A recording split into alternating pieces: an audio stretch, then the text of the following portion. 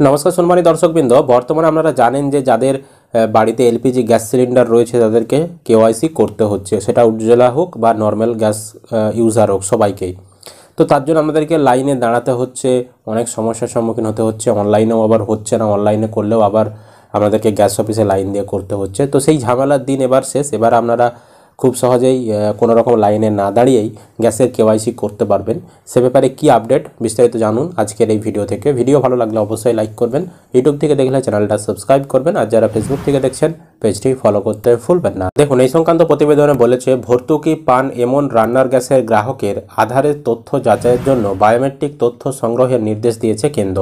তা করতে গিয়ে বিপাকে পড়ছেন গ্রাহক থেকে ডিলার সকলে। সমস্যা দূর করতে এবার গ্যাস সিলিন্ডার দেওয়ার সময় গ্রাহকদের বাড়ি বায়োমেট্রিক যাচাইয়ের যন্ত্র নিয়ে যাবেন ডেলিভারি বয়। 70 থেকে 80% ডেলিভারি বয়ের কাছে থাকবে এই যন্ত্র।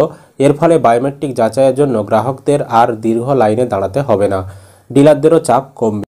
দেশের এক তেল সংস্থার এক আধিকারিক জানিয়েছেন, এলপিজি ডেলিভারি বয়রা গ্যাস যখন বাড়ি বাড়ি দিতে যাবেন তখন সঙ্গে রাখবেন এই বায়োমেট্রিক যাচাইয়ের যন্ত্র।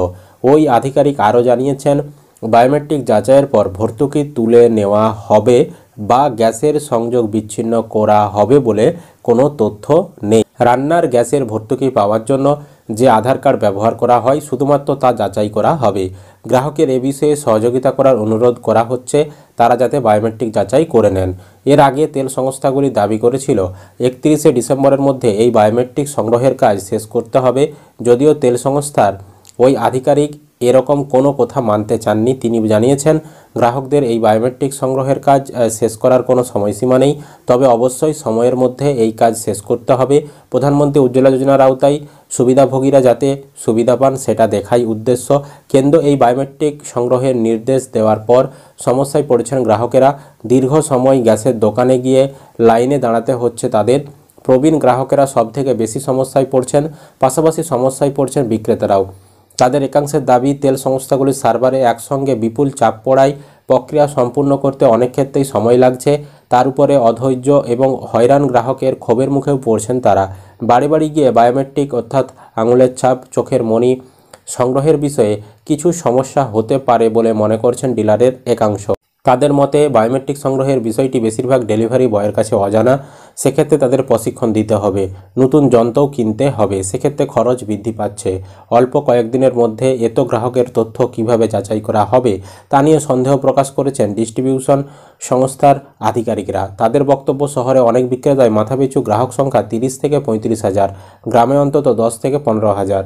তেল সংস্থা বা সরকারের তরফে এ নিয়ে সচেতনতা বা প্রচার কর্মসূচিও করা হয়নি। তাই সত্যিই 31শে ডিসেম্বরের মধ্যে এই কাজ সারতে হলে তা এক প্রকার অসম্ভব।